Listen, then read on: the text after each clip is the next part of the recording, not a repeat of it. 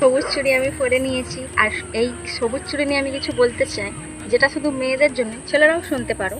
তো যাই হোক, সবুজ চুড়ি এখন মানে প্রচুর ট্রেন্ডিংয়ে হয়েছে। ট্রেন্ডিং মানে সবাই পরছে বলেই ট্রেন্ডিংয়ে দিয়েছে। তো যাই হোক, সবুজ চুড়ি কিসের জন্য পরে আমি কিন্তু সত্যিই জানি না, কিন্তু সবাই পরছে তাই জন্যই আমি পরেছি। সাধারণত সবাই বলে মাতা পার্বতী নাকি তার স্বামীর মঙ্গলের জন্য সবুজ চুড়ি পরে। তো সেটাই যদি হয় তাও মেনে নিলাম, তাহলে ইয়াং মেয়েরা কিসের জন্য পড়ছে এটা তো আমি বুঝতে পারছি না। যাই হোক, সবুজ চুড়ি কিসের জন্য বিখ্যাত আমি আজও জানতে পারলাম না। তো সবাই পড়ছে যেহেতু আমিও পড়েছি, আমাদের পাড়ারও কিছু মেয়ে পড়েছে, কিছু কাকিমা পড়েছে, যার কারণে আমিও পড়লাম। জানি হয়তো সত্যিই শুভ কাজের জন্য, তাই জন্যই পড়লাম।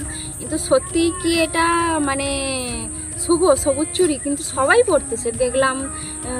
ধরো ইয়াং মেয়ে থেকে ইয়াং যত বৌদি তারাও পড়ছে, কাকিমা টাকিমা তারাও পড়ছে, বয়স্ক যারা তারাও পড়ছে। কিসের জন্য এই সবুজ চুড়ি? আগে কিন্তু এই চল ছিল না, এখন এই নতুন নতুন হয়েছে। 2 বছর আমি দেখতে পাচ্ছি, আমার জীবনে ঘটে যাওয়ার 2 বছর, আগের বছর আর এই বছর বেশি চল হচ্ছে সবুজ চুড়ি নিয়ে।